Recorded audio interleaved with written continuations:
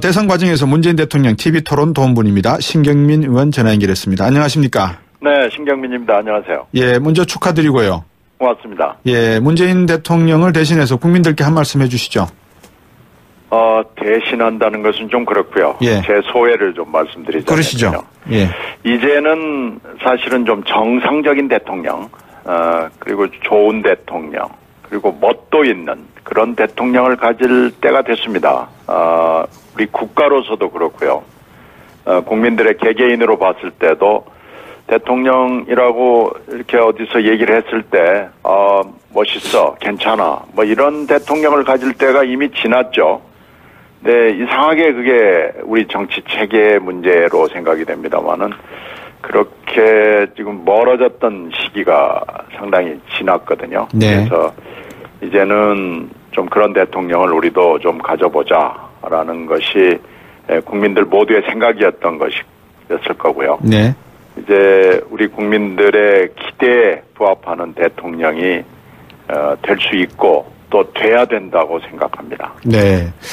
우리 신경민 의원을 가리켜서 문재인 대통령의 TV 토론 과외 선생님이다. 이게 적절한 표현인지 모르겠습니다만 이렇게 소개하는 언론도 있더라고요. 글쎄요. 그 조금 좀 과찬인 거 아닌가 이렇게 생각이 되고요. 네. 어쨌든 뭐 큰 도움 주신 거는 분명한 거 아니겠습니까? 그죠? 토론 준비를 도왔죠. 네. 그런데 이제 뭐 선생님이라 그러는데. 네. 사실 내용상으로 문재인 후보에게 네. 가르쳐 줄 만한 것은 없었고요. 네. 이미 문재인 대표는 네. 문재인 대통령은 학창 시절을 통해서는 매우 공부를 잘하고 좋아하는 학생이었고요. 네. 그리고 사법 시험을 통해서는 그게 또 입증이 됐고요. 네. 그리고 인권 변호사를 20년이 넘게 열심히 특히 야당으로서는 척박한 지역인 부산 지역에서 함으로써 네. 여러 가지 소양을 쌓았습니다. 그리고 이제 5년의 노무현 대통령과 함께 지냈던 그 시기를 통해서 국정을 경험을 했고요. 네. 그래서 사실 정치, 경제, 뭐 사회 분야에 대해서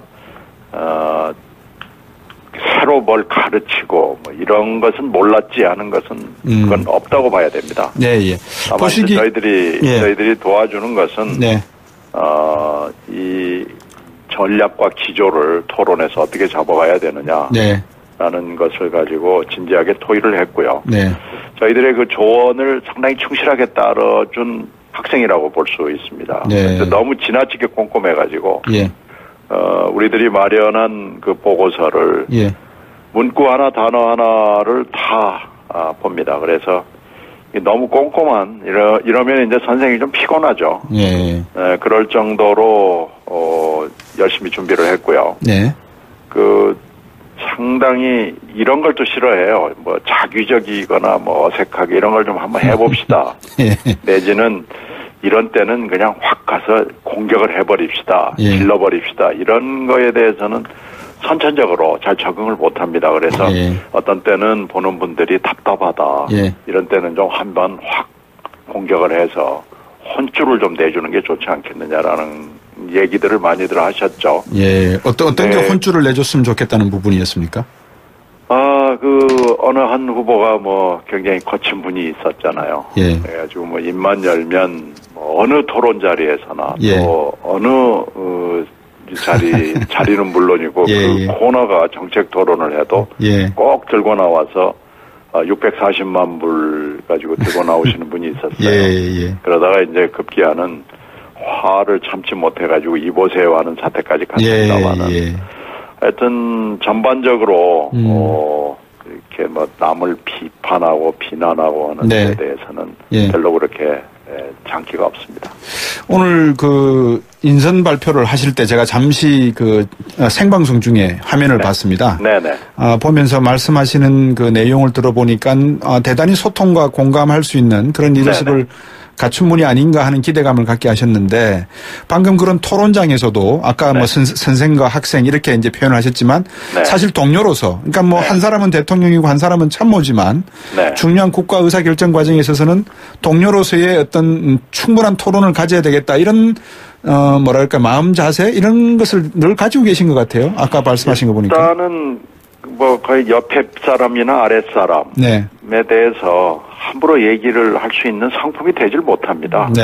일단은 얘기 듣고요. 네. 그에 대해서 자기 얘기를 하고, 근데 또 고집은 센 분이어서 그렇습니까? 자기하고 생각이 다르다 그래서 바로 당신 말이 맞습니다라고 하진 않고 그걸 네. 논리적으로 설득을 해야 되거든요. 예. 왜 이 말이 많고 왜 이것이 우리한테 유리한 것인지 예.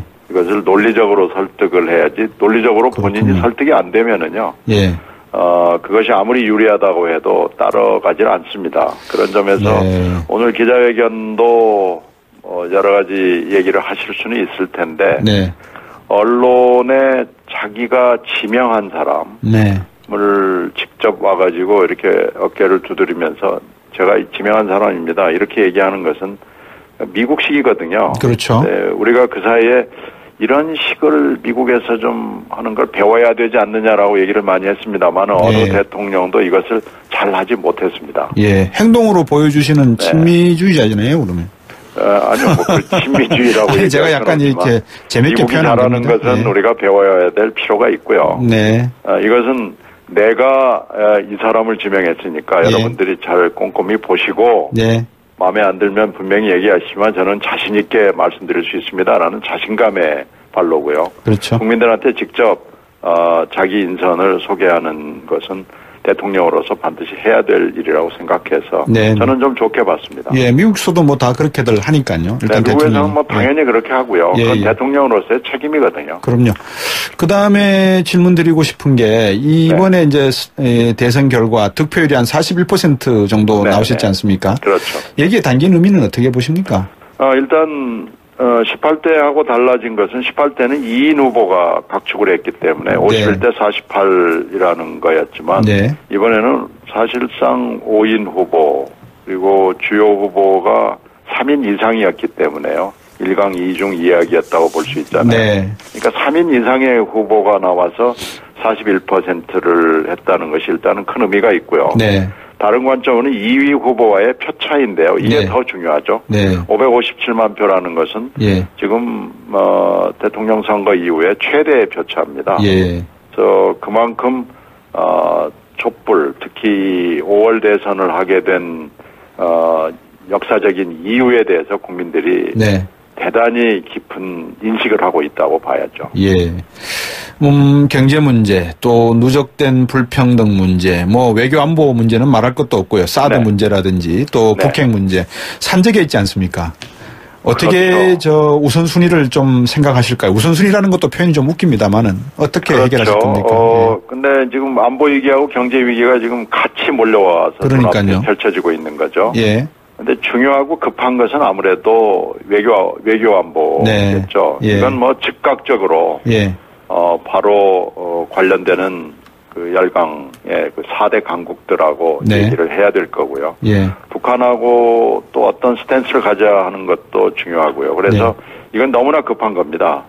그리고 금방 말씀하신 다른 문제들, 네. 경제 문제는 이게 이제 금방 해결될 수는 없죠. 물론 중요하고요. 네. 중요하지만 오래 걸릴 것들이고요. 네, 네. 그래서 이것은 지금 약속을 한 대로 일자리 100일 플랜을 바로 오늘 예.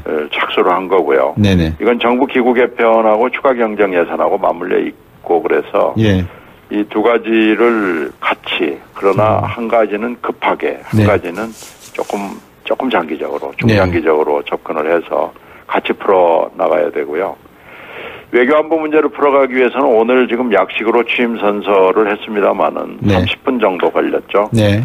이 4대 강국의 지도자들하고 대화를 하기 위해서는 저는 개인적으로는 취임식을 외교안보의 대화의 장으로 하기 위해서는 할 필요가 있다고 생각합니다. 네. 그래서 취임식은 적절한 날짜를 잡아가지고 예.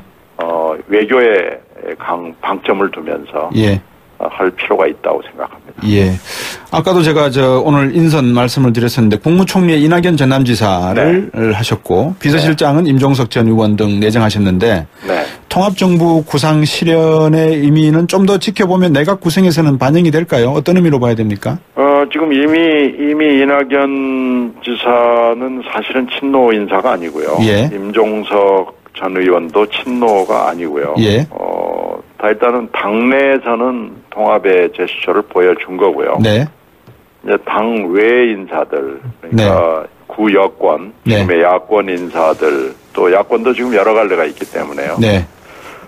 그 야권에서 제일 능력이 있고 네. 그 일을 할 수 있는 적임자를 찾는 노력을 네. 하고 있습니다. 그래서 예. 그 부분에 대해서는 한번 기다려 보시죠. 조금 시일은 걸리겠습니다만 다음 주까지는 마무리되지 않을까 생각합니다. 이낙연 전남지사를 총리로 내정하시면서 전남지사 자리를 박지원 대표나 이런 분들에게 한번 기회를 주신 것도 통합인사라고 할까요? 모르겠습니다. 그것까지는 잘 모르겠는데요. 예. 자, 문재인 대통령 이제 많은 국민들의 대통령이 되겠다라고 말씀하셨으니까 네. 이번에 하지 않았던 국민들께도 한 말씀 해주시죠. 네. 투표는 이제 투표로 끝나야 되겠죠. 네. 그리고 뭐 민주주의의 기초이기 때문에 결과에는 불법이 없는 한 승복해야 되는 것이고요. 네. 그러나 뭐 비판을 하는 것은 맞습니다. 예. 비판은 반드시 필요한 것이고요. 예. 다만 그 파괴적인 비판 말고 예. 건설적이고 건전한 비판을 함으로써 네. 우리나라를 더 튼튼하게 하고 네. 좋은 방향을 찾는데 여러 가지로 힘을 모아주셨으면 좋겠습니다. 네. 오늘 말씀 감사하고요. 오늘 말씀 주셨던 네. 초심 결코 잊지 마시기를 부탁드리겠습니다. 고맙습니다. 네, 고맙습니다. 더불어민주당의 신경민 의원이었습니다.